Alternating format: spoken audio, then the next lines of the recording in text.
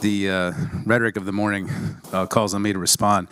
So, first of all, Madam President, I find it rather rich that I've heard calls about anything being rigged in the Commonwealth of Virginia. The oldest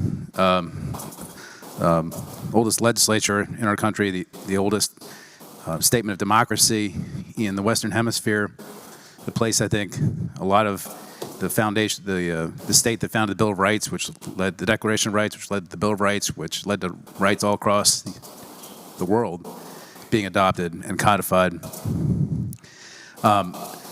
It's ironic to me, because the only rigging that's occurred in this country in the last 6 years has come from across the river. The only rigging of any election has come from that man across the river. 7 things I want to tell you about. Number one, the current system right now, if it's rigged in any way, number one, there was a Supreme Court seat that was stolen. Some would say more. And we have a current branch of government at the federal level, 2 branches in fact, which are completely incapable of checking power. Checks and balances on power is something that this state was founded on. The leaders of this state led the world in creating that concept. People like Madison and Jefferson. That doesn't exist at the federal level right now because that system is rigged. The man across the river has also tried to rig the next election. He's asked the Department of Homeland Security to assemble lists of voters, that only voters the federal government can vote, even though the Constitution of our country specifically says elections are administered by our state, the states, not by the government. He's also, number 3, completely dismantled the United States Department of Justice's public integrity section, which doesn't seem to even exist anymore.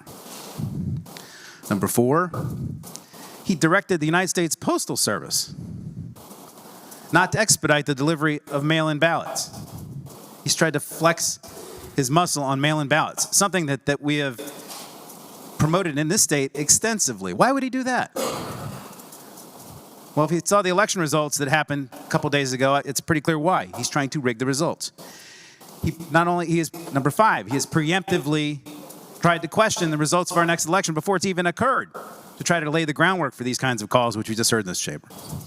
He even claimed that the election on Tuesday was rigged when there's absolutely zero evidence of it. Beyond that, and most importantly, he's tried to rig the map. He told Texas to go ahead and redraw their map so that Virginia wouldn't have a voice. So they did it in Texas, then they did it in North Carolina, then they did it in Missouri, then they did it in Ohio, and now they're asking him to do it in Florida to try to deprive our state of having a voice at the federal level. Our country has not seen an assault on its separation of powers, on our federal system, on our democracy, anything like we've seen from this guy. And Madam President, the idea that the voters somehow didn't understand what was going on Tuesday is preposterous. Virginians are not that stupid. First of all, I just want to remind the body that if you remove the 9th Congressional District from the last election results from 2025, Abigail Spanberger won this state by 20%. Go do the numbers. The rest of the state voted 60-40 if you take the 9th Congressional District out of it. Just go do the math. The map was disclosed to the voters before they had a chance to vote on it. We put it out there. We said, here's the map that's going to be adopted. The idea that people didn't know on Tuesday what they were voting for is preposterous. It was right there. This is what you're voting for. It was important. We got it out 2 months ago.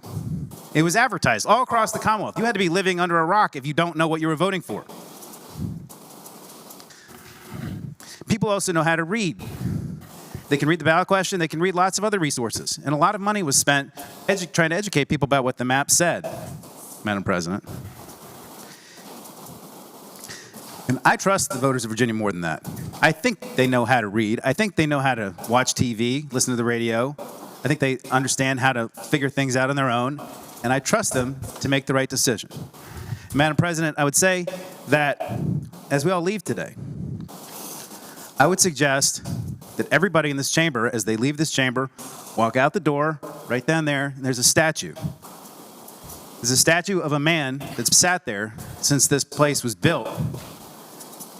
A man who came from my district, who led the fight in this country, the fight against the exact things the man across the river would like to have happen.